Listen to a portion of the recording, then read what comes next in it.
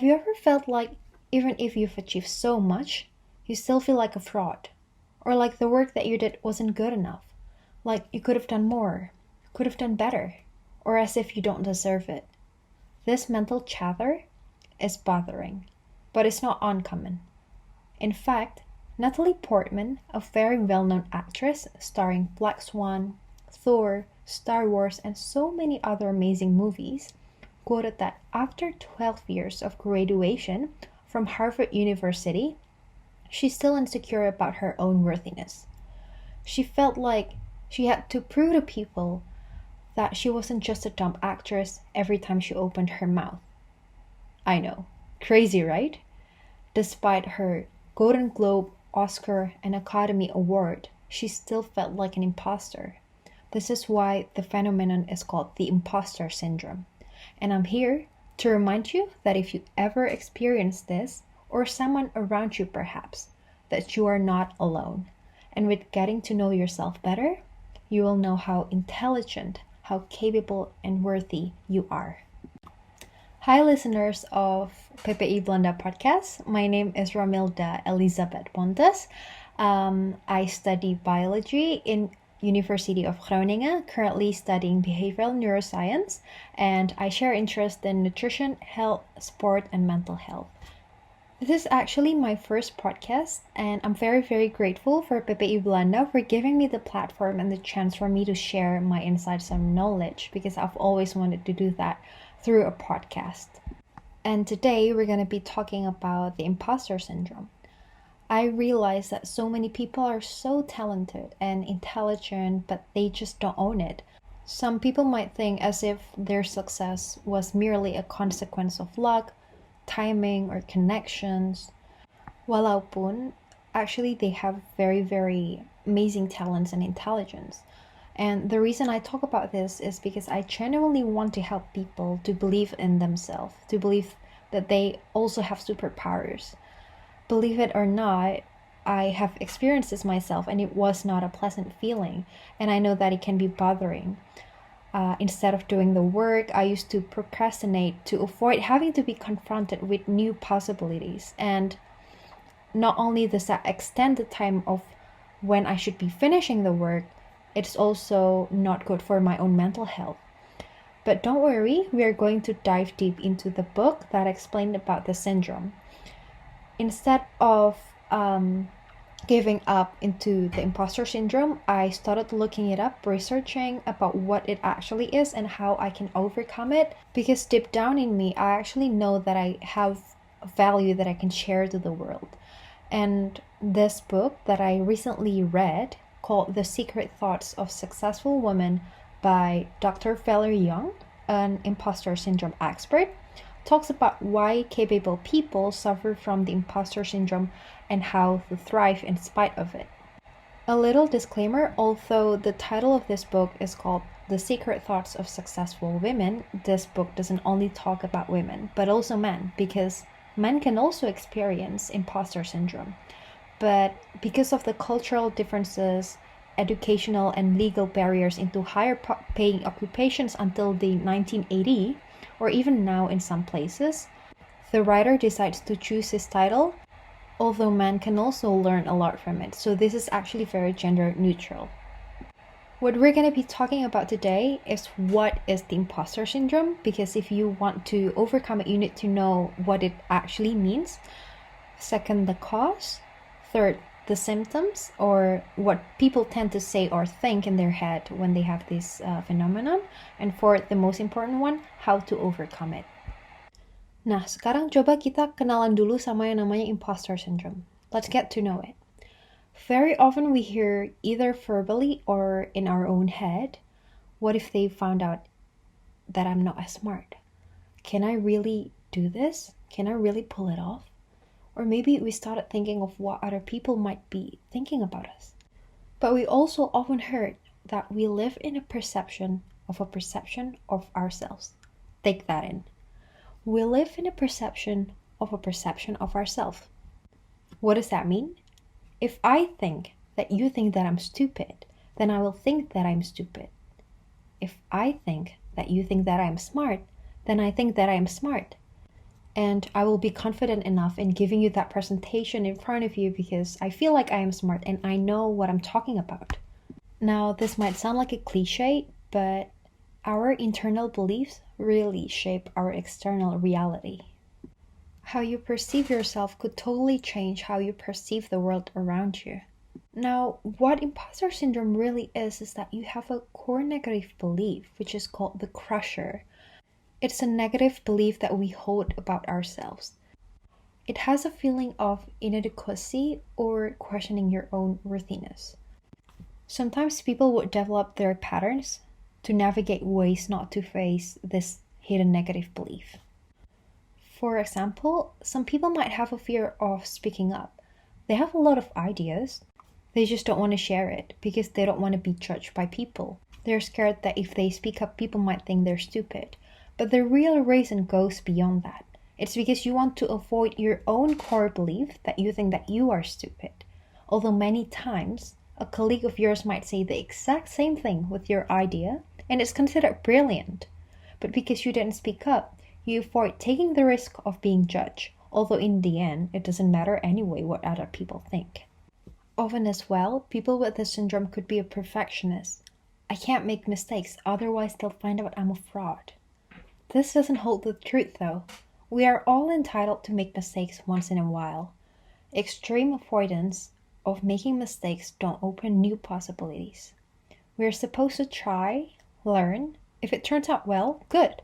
If it doesn't, observe and don't start blaming yourself. Then take a step back and learn from the experience because experience has always been the best teacher. However, sometimes people are afraid of having those new experiences because it seems unfamiliar and they are more comfortable in their familiar space, which is sometimes in their own head. Or maybe after accomplishing something like getting a promotion in your job, getting a higher paying occupation, instead of alleviating the feeling of this imposterism, you feel more like a fraud. You feel like, oh, I fooled them again into thinking that I'm smart. And so now I need to prove that I'm such a hard worker that I'm never gonna stop on working because I have to prove them that I'm worthy. And so they might experience a burnout and so on. Or they might think, wait until next time, they'll find out that I'm actually a fraud by looking at my terrible work and so on. Now, whoever is listening to this, you might be a student, a worker, someone who's trying to find a job, someone who's trying to find financial stability, someone who's trying to navigate your talent. Just know that even successful people might have experienced this. And by listening to this, if you ever experience imposterism feeling, you can get to know yourself better and you could research more about this. You could implement some of the advices I'm going to give you later according to the imposter syndrome expert, or if you have a friend, you can help them out. During the podcast, I'm going to give a lot of examples of people who actually have experienced this in order to give you a broad idea that it's very common and it can be better, it can be alleviated, and you can thrive in spite of it. For instance, someone named Latonya, after graduating near top of engineering class, she was accepted in a competitive doctoral program. Now, instead of being proud, she felt like there had been a mistake. She spent 2 years on training, but still felt like she faked her way despite her hard work. Right now, I'm going to give you some questions that you can answer so you can get to know yourself better. First, have you thought that your success was merely due to luck, timing, or computer error? Second, do you believe in, if I can do it, then anybody can? This means that you undermine the level of difficulty of your work, although it's actually hard, and you passed it. Third, do you blame yourself for the slightest mistake in your work? Fourth, are you taking constructive criticism personally? In workspace or everywhere we get feedbacks, and constructive criticism means that people that are giving you feedback are trying to help you by giving you advices that you can implement without necessarily wanting to hurt your feeling. For example, someone said, oh, you could add a little bit more decoration to make it prettier. But then if you're taking it personally, you would be offended by that constructive criticism. Fifth, when you actually succeed, do you internally feel like a fraud? Sixth, do you worry it's just a matter of time before they find out? If you answered no in all of them, good. Then maybe you can be more aware of what this actually means and how you can help people. If you answered yes in any of these questions, then sometimes you might feel like an imposter despite your hard work and accomplishments. Now, we might not know each other personally, but I believe that people have abilities and intelligence that are way beyond that you are aware of. Often, we also mistake our actual abilities with a lack of experience. We thought we couldn't do something, while in reality, you just need consistency.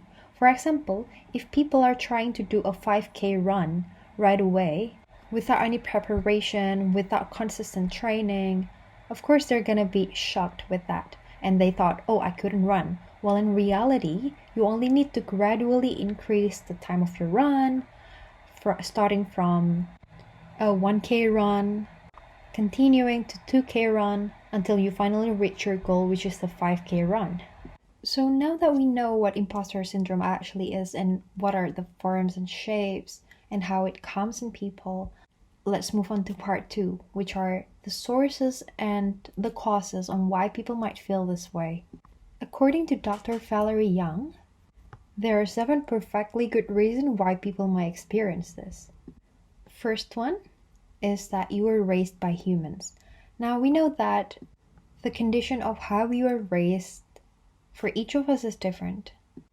Maybe some parents, when you come home with 9A and just 1B, might ask, why is there a B? And in that case, you might grow up thinking that you have to be perfect in everything. Every work that you make should not contain any little mistake. Or maybe you grew up in a place where your talent goes unnoticed, bringing home trophies and you got no support from your parents or the people that you love. Maybe they say nothing or simply just, that's nice. Or sometimes some people that you love might not want to give you praise because they don't want to give you a big head. They want you to be humble with the achievement that you have, and that could be a reason. So in any case, do realize that your parents were also raised by humans, meaning that they might also experience the same thing, or they are giving you the treatments that they didn't receive before. So don't blame your parents for the situation that you are in right now, because you are the one who's in charge and determine who you're gonna be. Second reason, you are a student. Being a student means that your knowledge and skills are tested on a daily basis. Literally what they're doing, or at least the system that we're in, gives us tests every certain period of time. We will be given a test and a certain score.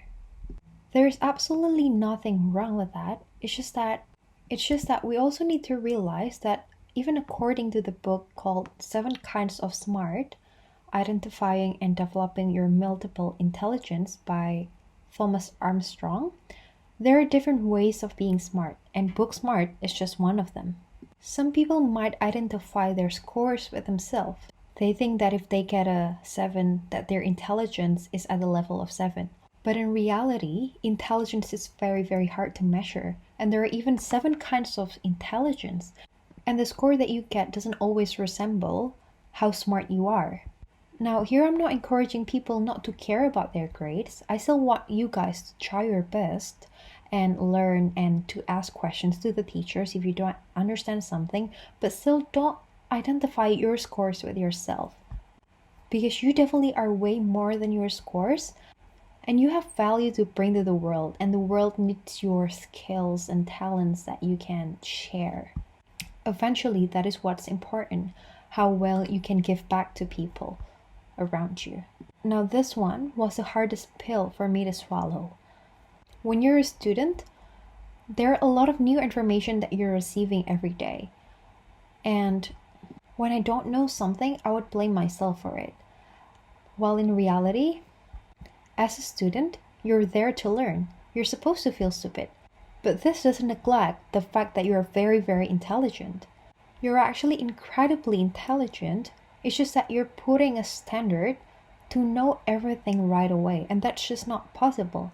That's basically an unrealistically high standard, and even professors, they don't know everything. Sure, they know more about a particular subject, but they don't necessarily know everything because knowledge is limitless. And what we can do with our intelligence is realizing that in order to know more about something is by getting into these 3 steps in the memory system, which is first receiving the information or acquiring. Second, consolidation, which is like forming synapses in your brain, trying to make sense of it and trying to process it in your brain. And third one is retrieval, which is basically when you are remembering the memory again. And by repetitively doing it, you remember more and more. Okay, and the third reason is you might work in an organizational culture that feeds self-doubt. Maybe the people around you are not as supportive, or maybe it's very, very competitive. The fourth one is you work alone. Working alone means that you don't have a supervisor that manages or gives you feedback upon the things that you're doing. So it is very, very possible for someone to feel like a fraud or an imposter when they're working alone. You might question, is the work I'm doing good enough? And so on. The fifth one, maybe you work in a creative field. Working in a creative field meaning that you are utilizing your brain to create creative energies and creative thoughts that you have to implement, and this might make people question their own creativity. The sixth one is you're a stranger in a strange land. Someone who moved from a familiar country into a country with such big difference of cultures might feel like because of the differences that you have, that the standard that you had was different, or that people are going to judge you because you're from another country and so on. And the seventh reason is probably because you might represent an entire social group. For example, you're a woman, because we know until the 1980s that the woman was totally oppressed in educational field and so many other fields, even occupations, and even now in some places. Or for example, you are a person, or maybe representing your school name. You might think that there are some people at school who's better at going to the competition that you're sent to, and you feel insecure about that, although you've proven that you're the one who's chosen, and that already means that you're worthy for that competition, for instance. Now, everyone might have their own specific case on why they might experience imposterism feeling, but now let's take a look at the tendencies of what people with imposter syndrome might say. So here are some examples, but it can go beyond this. First, they might say, I know I'm successful, but I can explain all that. People with these kind of sayings might blame it on the stars. It's just because of the stars that I'm getting the promotion. The stars are aligned, or things like that. Or maybe they think that they got the job because of their humble personality. Oh, I got this job because people like me, because they like how I joke around. Or maybe they might say, someone made a mistake, that's why I got this job. Or they say, I had a lot of connections, I know a lot of people, that's why I'm in this position of the job. Or they could say, the people were just being nice to me, they felt sorry for me. These are just too many excuses, because your success is actually determined by yourself. Yes, it's true that there are elements that are actually involved in this process.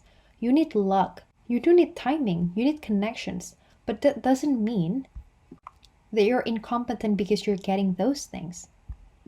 A lot of people are successful in their business because they have a lot of connections. Maybe that's because they actually have higher social skills, they can communicate better with people, they have a very intelligent social skill.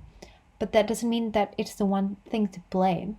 You're successful because you have experience and you have developed yourself in getting to communicate better, improving yourself, hardworking, and so on. Second tendency of saying is that I fooled them again. Like I've said before, some people might think that by achieving more, you would alleviate the fraudulent feelings. But it could be that instead, it increases the pressure because you have a reputation to defend.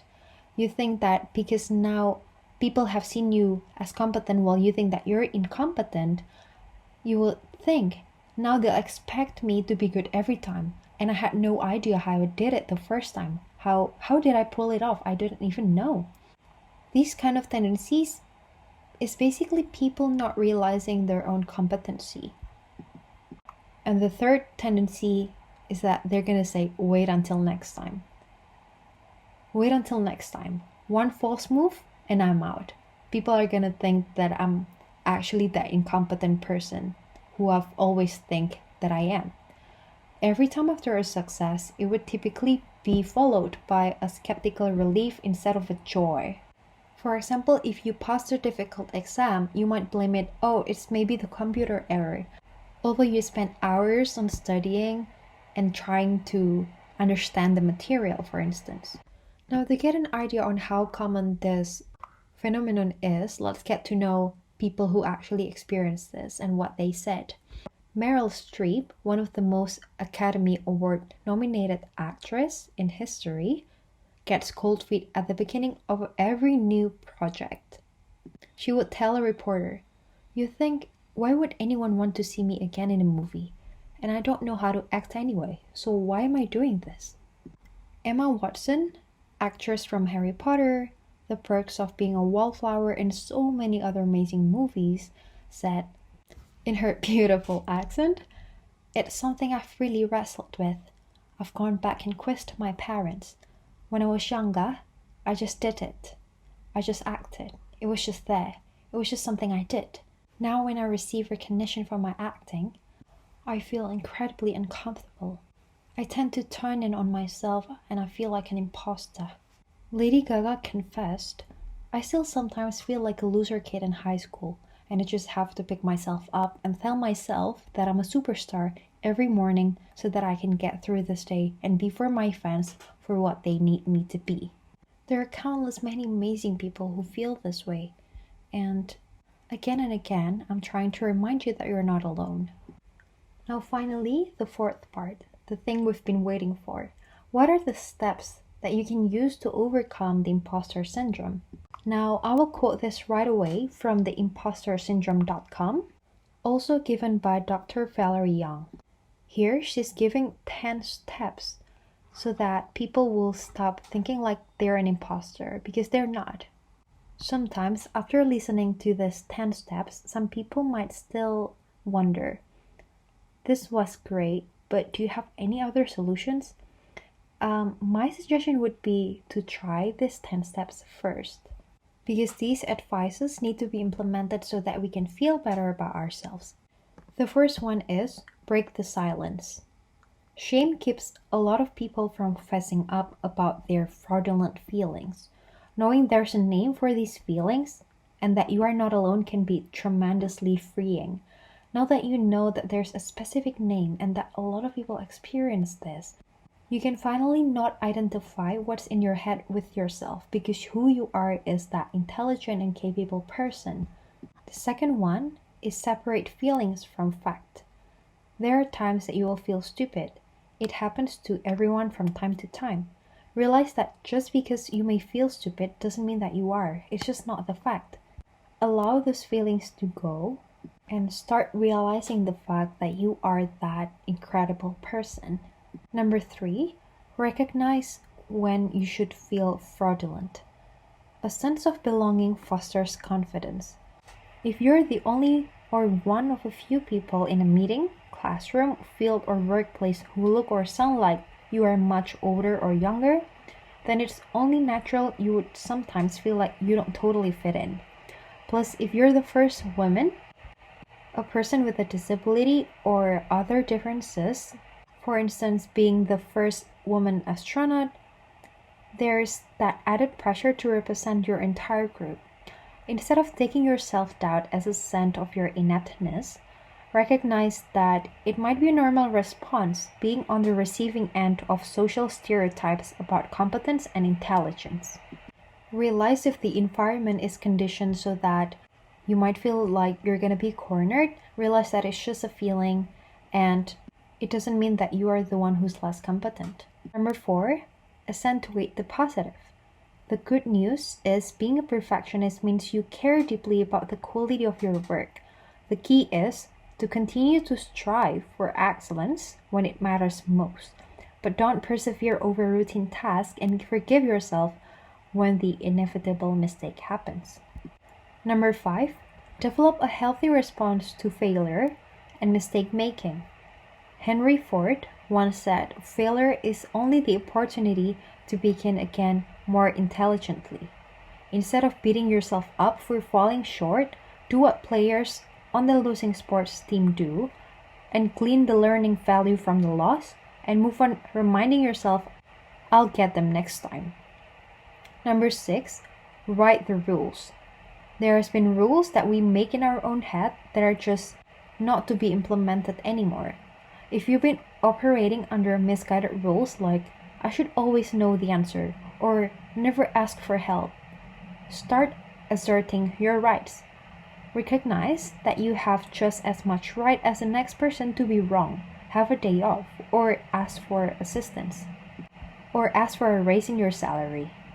You have the right to say no without feeling guilty, the right to feel and express healthy competitiveness and achievement drive, the right to make mistakes or to be wrong, the right to express pride at your own accomplishments, the right to occasionally have a day off or not perform up to par, the right to fail and to learn from the experience, the right to be treated fairly without discrimination due to your sex, race, age, class, sexual orientation, religion, culture, or disability, the right to achieve at a level I am comfortable with, the right to say I don't understand, the right to have things explained to me even when the person is busy, the right to be treated as a competent adult, the right to work in non-traditional realms without penalty, the right not to be the spokesperson for my entire gender, race, cultural group, and etc., the right to work and raise children at the same time, the right to achieve above or below family expectations, the right to not know all of the answers, the right to be treated with dignity and not be patronized, the right to have my input considered as valuable as the next person's, the right to ask for additional compensation for additional work, the right to be in the midst of a learning curve. It seems like a lot, but those are all your rights. You have the right to have all of those. Number 7, develop a new script. Become consciously aware of the conversation going on in your head when you're in a situation that triggers your imposter feelings. This is your internal script. Then instead of thinking, "Wait till they find out I have no idea what I'm doing," tell yourself, "Everyone who starts something new feels off base in the beginning. I might not know all of the answers, but I'm smart enough to find them out." Instead of looking around the room and thinking, "Oh my god, everyone here is brilliant and I'm not," go with, "Wow, everyone here is brilliant. I'm really going to learn a lot." Number 8, visualize success. Do what professional athletes do. Spend time beforehand picturing yourself making a successful presentation or calmly posing your question in class. It sure beats picturing impending disaster and will help with performance-related stress. Number 9, reward yourself. Break the cycle of continually seeking and then dismissing validation outside of yourself by learning to pat yourself on the back. And finally, don't wait until you feel 100% ready to start or scale your business or your work. Do the action right away. Apply for a grant or to a degree program. Expecting to know everything at the beginning is just not possible because we need to experience the things after actually doing those things that we'll get to learn.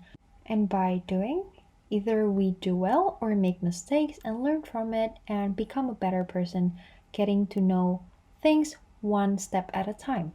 So those were the 10 steps that were recommended to overcome the imposter syndrome, and I really hope that that gives you insight about what imposter syndrome is, what are the causes, what are the symptoms, and how to overcome it.